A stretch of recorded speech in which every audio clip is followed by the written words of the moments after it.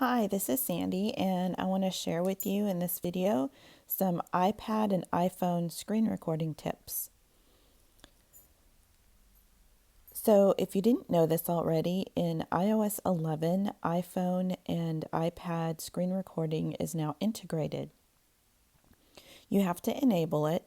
So, to do that, you go into your settings and you find your control center settings, and then you tap Customize Controls. If you've never enabled this before, screen recording will be down here under More Controls with a green circle and white plus next to it. Tap that green circle and it'll move screen recording up to this Include section of your customization screen. And of course, mine's already there because I'm using screen recording to share this video with you. Once you've done that, you get to the screen recording function by swiping up from the bottom of your iPhone or iPad so that the control center comes up. And the screen recorder will be a white circle with white dot in the middle of it. Mine is currently flashing red because it's already recording. You will tap on that in order to launch your screen recording. The very first time you do this, you're going to want to long press on the recorder to decide whether you want to turn your microphone on or off. And I would demo that, but I'm afraid I'll mess up my video. So just make sure you remember to long press in order to enable or disable the microphone recording. I can tell also that I'm recording because you can see at the top of my screen there's a red bar. That is another visual reminder to me that I'm actually recording what's happening on my iPhone screen right now. Let's take a look at a couple of tips for using the screen recording function on your iPad or iPhone.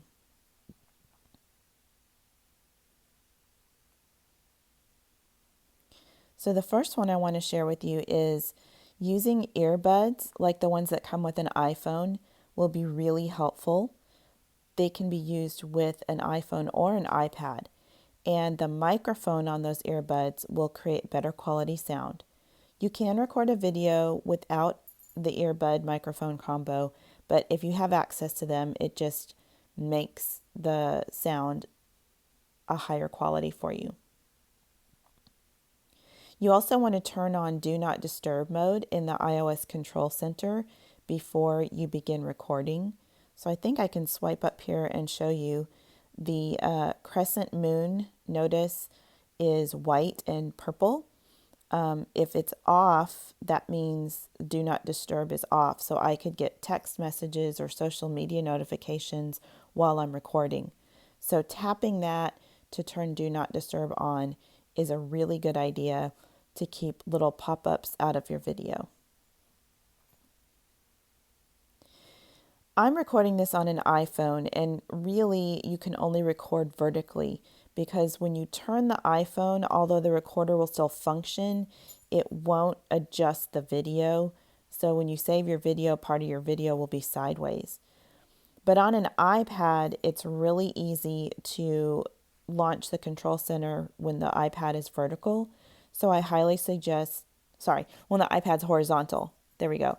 So I highly suggest that you record horizontally with the home button to the right of your screen when you're recording, and that just makes a nicer video to look at if you are uploading online especially.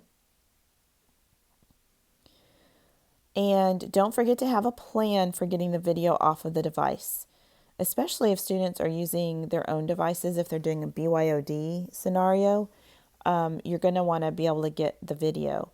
So they can have the Google Drive or Google Classroom app on their phone and save to Drive and share with you, or save to Drive and then upload to Classroom. If your students have a YouTube channel, or if you have a YouTube channel, if you're doing this as a tutorial video, you can upload directly to YouTube from your device. this is something that should be available to you in a school setting if you have G Suite or Google Apps for Education. You can also AirDrop from one device to another. So if I create this video on my personal iPhone and need to turn it into my teacher, if my teacher has an iPad with enough memory, I can AirDrop the video file to her or him. If you don't know how to do this, Google airdropping between iOS devices and you will get plenty of information on that. You can also airdrop from an iPad or iPhone to a Mac computer. You can also send the video file via email. Just know if you did your recording on an iPad in particular, because of the file size, it might be compressed and it will be a lower quality when it gets to the recipient. That may not matter for the project you're working on, but it's just something to be aware of. So those are just a few tips on iPad and iPhone screen recording, how to enable it, and some things to think about. I hope this has been helpful for you. And if you use iPad or iPhone screen recording in your classroom, I hope you'll share in the comments. Thanks.